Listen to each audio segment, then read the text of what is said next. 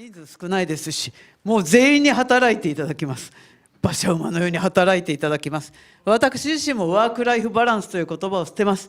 働いて働いて働いて働いて働いて参ります。皆様にもぜひとも日本のために、また自民党を立て直すためにたくさんそれぞれの専門分野でお仕事をしていただきますよう。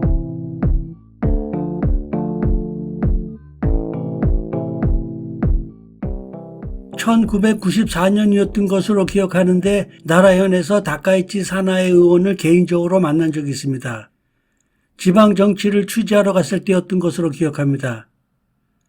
그런데 이번에 자민당 총재가 되어 15일에 있을 총리 대신 지명선거를 통과하면 일본 최초의 여성 총리가 된다는 뉴스를 듣고 조금 놀랐습니다. 그동안 일본에 관해 잊고 살았기 때문에 그녀가 초강경 보수파라는 사실을 몰랐습니다. 지난 선거에서 그녀가 내세웠던 정책들을 보니까 강한 우파 성향을 확실하게 알 수 있습니다. 가이코쿠진, 가이코, 이민, 안젠오쇼 같은 단어들이 이를 나타내 줍니다. 여기에는 미나사마카라노 고해, 유권자들의 소리라고 되어 있지만 사실은 본인이 내고 싶은 목소리들이겠죠. 그녀는 정치적 성향이 아베 전 총리보다 더 강경한 우익으로 평가받고 있습니다. 하지만 막상 총리에 오르면 이탈리아의 조르자 멜로니 총리처럼 온건 노선으로 선회할 수 있다고 예상하는 사람들이 꽤 많습니다. 강경 노선만으로는 현재 일본이 안고 있는 어려움을 헤쳐나가기에 부담이 클 것이기 때문입니다.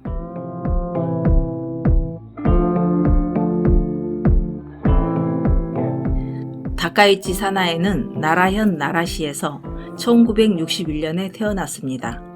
나라시라면 세계에서 가장 오래된 목조 건축물 호류주가 있는 곳이어서 한국인들도 많이 찾는 지역입니다. 그의 부친은 자동차 공장에서 일했다고 하고 모친은 경찰이었습니다. 그녀는 학창시절부터 학업에 열정적이었고 사회 문제에 관심이 많았던 학생으로 알려져 있습니다. 나라현의 명문고인 나라현립 우네비 고등학교를 졸업했으며 이 학교는 학문적 수준이 높고 진학률이 우수한 것으로 평가받습니다. 고등학교 졸업 후에는 국립대학인 고베대학 경영학부에서 경영수학을 전공했습니다. 이 분야는 통계학, 수리경제학, 데이터 분석 등을 포함하기 때문에 그녀는 수치 기반의 의사결정과 분석 능력을 키웠습니다. 대학 시절부터 정치와 정책에 대한 관심이 깊었고 이를 바탕으로 졸업 후에는 마쓰시다 정경숙에 입학했습니다. 1980년대 후반에는 미국 워싱턴 DC에서 미국 의회 펠로우십 프로그램에 참여했습니다. 미 하원 의원 사무실에서 정책 실무를 경험했다고 합니다. 이러한 국제 경험은 그녀의 정치적 시야를 넓히는 데 큰 역할을 했습니다.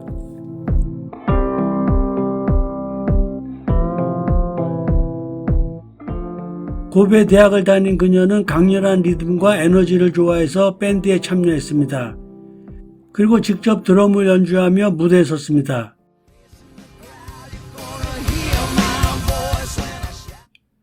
음악적 취향은 하드록과 헤비메탈에 가까워 엑스제팬 같은 밴드 노래를 즐겨 들었다고 합니다. 밴드 활동은 그녀에게 팀워크와 집중력을 키우는 계기가 되었습니다. 그리고 나중에 정치 활동에서도 흔들림 없는 태도를 유지하는 데 도움이 되었다고 그녀는 얘기하고 있습니다. 그녀는 또한 오토바이를 즐겼습니다. 대학 시절 가와사키 스포츠 바이크를 타고 일본 전국을 혼자 여행한 경험이 있는 것으로 알려져 있습니다.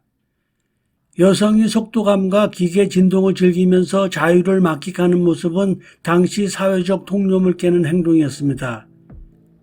이 경험은 그녀의 독립성과 도전 정신을 상징하게 되었으며 젊은 시절의 개성과 자유로운 삶을 보여주는 대표적인 일화로 남아 있습니다.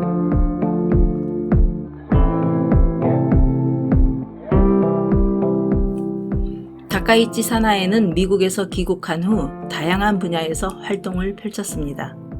특히 1989년 이후에는 작가와 방송인으로서 두각을 나타냈습니다. 그녀는 미국 민주당 하원 의원 팻 슈레더의 특별연구원으로 활동한 경험을 토대로 일본 정치와 미국 정치의 차이점, 여성 정치인의 역할, 의회 운영 방식 등에 대해 분석한 책을 집필했습니다. 이 저서는 당시 일본 사회에서 여성의 정치 참여에 대한 관심을 불러일으키며 주목을 받았습니다. 방송 분야에서는 TV 아사히의 정보 프로그램에 출연하며 앵커 및 공동 진행자로 활약했습니다.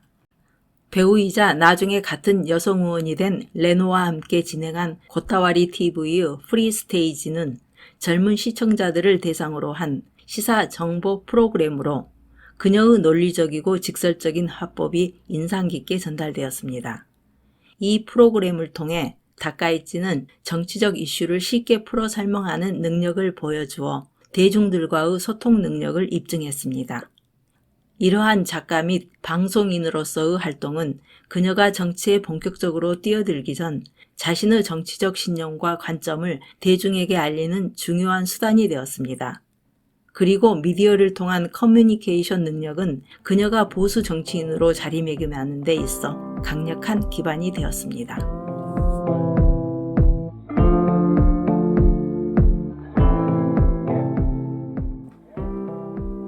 그녀는 2004년 43세의 나이로 자민당 중의원이었던 52세의 야마모토 타쿠와 결혼했습니다. 두 사람은 정치활동을 통해 인연을 맺었고 짧은 교제 끝에 결혼에 이르게 되었습니다. 결혼 당시 다카이치는 야마모토의 성을 따르지 않고 본인의 성을 유지했습니다. 정치적 활동에서도 독립적인 입장을 고수했습니다. 그러나 2017년 정치적 견해와 생활 방식의 차이로 두 사람은 갈라섰습니다. 이혼 이후에도 다카이치는 본인의 정치적 노선을 유지하며 활동을 이어갔습니다. 그러다가 2021년 자민당 총재 선거를 계기로 두 사람은 다시 가까워졌고 같은 해 12월에 재혼했습니다. 재혼 후 남편인 야마모토는 부인의 성 다카이치를 따르기로 결정했고 두 사람은 정치적 동반자이자 가족으로서 새로운 관계를 시작했습니다. 두 사람 사이에는 자식이 없습니다. 하지만 야마모토와 전처 사이에서 태어난 3명의 자녀를 가족으로 받아들였고 손주들과도 따뜻한 관계를 유지하고 있습니다. 장남은 후쿠이현 의회 의원으로 활동 중이며 다카이치는 손주의 탄생 소식을 듣고 눈물을 흘릴 만큼 깊은 애정을 표현했다고 합니다. 2024년 야마모토가 뇌경색으로 쓰러진 이후 다카이치는 의원으로서의 바쁜 일정 속에서도 남편을 직접 간병하며 헌신적인 모습을 보여주고 있습니다.